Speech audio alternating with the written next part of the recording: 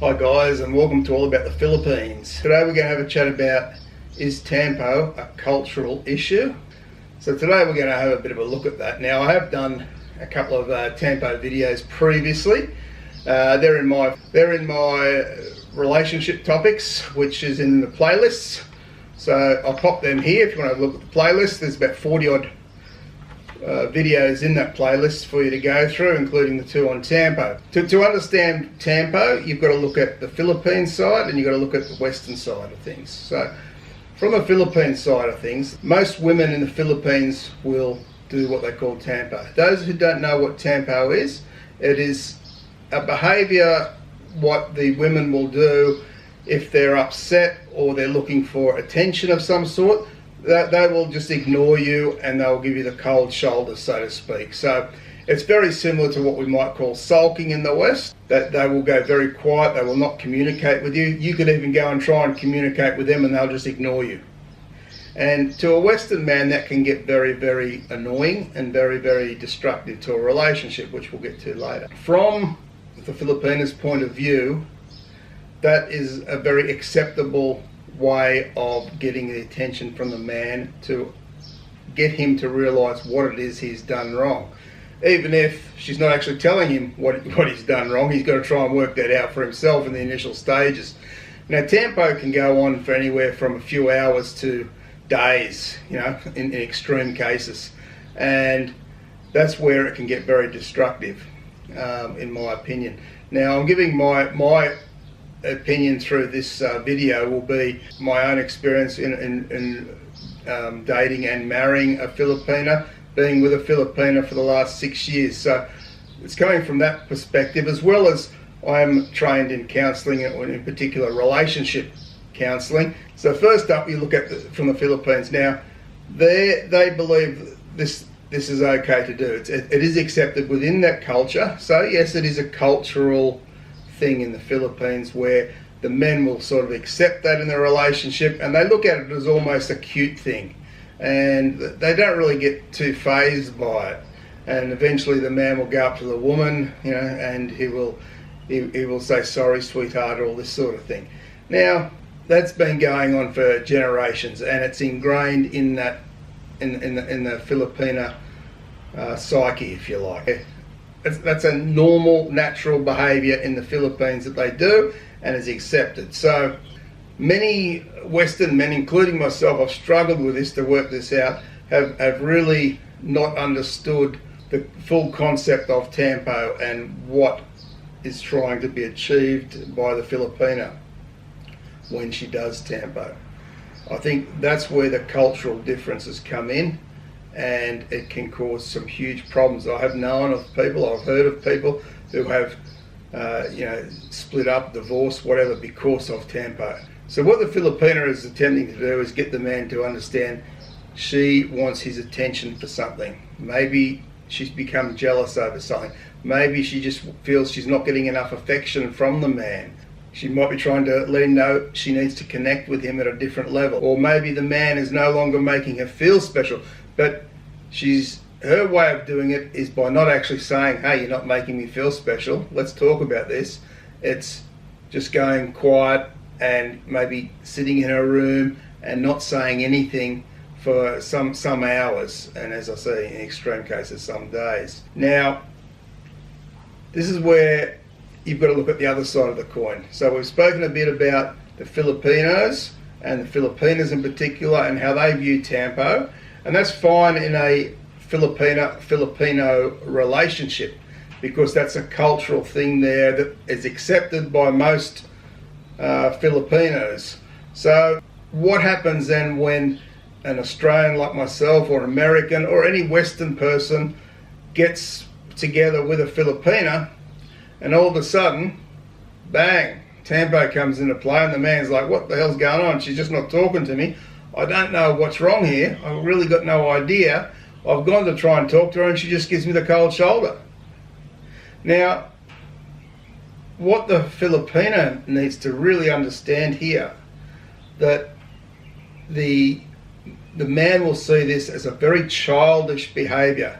Now, does that man want to be married to a Filipina who's very childish? Most men would say probably not.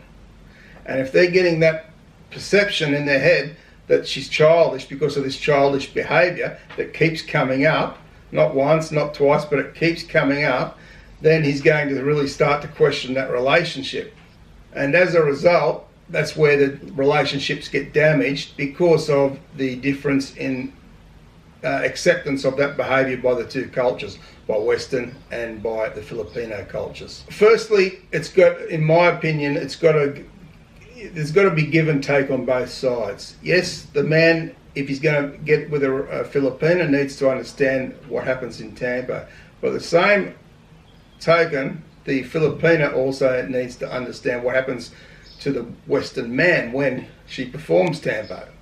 Because unless the two can meet somewhere in the middle, it's going to be very, very difficult to have a proper long-term relationship.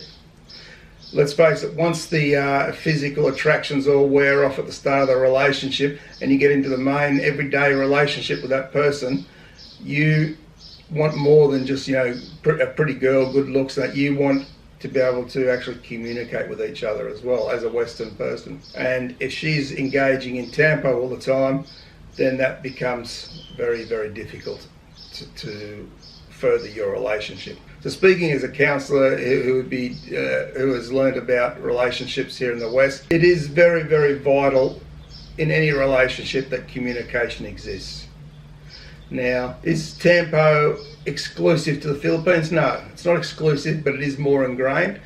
Western women do that as well to some extent. Not all Western women, but some Western women will do a similar thing, which we call sulking. They will still go into the room, close the door, they might not talk to you for several hours, and they'll come out later and you may discuss the issue.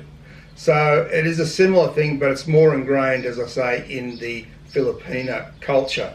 With a Western man, unless the communication can be open, very, very soon after the problem, then it's going to cause issues in that relationship. And to the point where the relationship will not succeed unless you can actually have communication. So the communication part is vital to a Filipina and Western relationship. The man needs to know what is the problem in that relationship if he's able to try and help fix it. If he doesn't know, he's not a mind reader, how can he fix the problem? So being said that to the Filipinas, if you are a Filipina that says, well, Tampo is just how it is and that's the way it is, well, you should be with a Filipino man, not a Western man. And to the Western men who say, well, there's no way I will ever put up with Tampo, then maybe you're looking in the wrong area if you're looking for a Filipina. So discuss it early on in the relationship. When my wife came to Australia, look, I knew nothing about Tampo, I never heard of it before. And then she did do this a few times, and I'm thinking, what the hell's going on? Trying to talk to her, and she's just ignoring me, and it went on for quite a few hours, and sometimes it would go overnight. And then it would be like nothing's ever happened, and the next day everything's fine, but that makes you just get a little bit insecure about your relationship and the inability for the two of you to be able to talk and communicate, which for someone like myself, communication is a key in any relationship. So again, my advice would be to sit down, talk to the Filipina when you first get together about this particular topic, and have her understand how, yes, it's okay if you want to have a bit of a sulk or go into your Tampo mode for a few hours, but after that we do need to sit down and talk about what's going on, because you need to get clarification on it. It's the only way to resolve the problem. If she wants attention or affection, she should just be able to say to you, I want attention or affection. So hear that, girls, that if you're with a Western man, you need to communicate more and let him know what it is that you want. That he will appreciate that far more by saying, look, you haven't been paying me much attention lately, I'm feeling a little bit insecure. And he'll probably say, oh, I didn't realise that, sorry, and then he'll come up and give you a hug and cuddle anyway. And you're getting what you need from that, just in a faster way and a more effective way, and a way that isn't going to damage that relationship long term. So it's a bit of give and take on both sides, a lot of understanding on both sides, and in time it will work out. As I say, with my wife, we had those problems to start with, and it's got to the point now where she very rarely does the Tampo because she understands the damage it causes. So be patient, guys. Talk to your Filipina about this subject. Show them this video even. Give them a look at that. Hopefully you can come to some sort of resolution around the Tampo.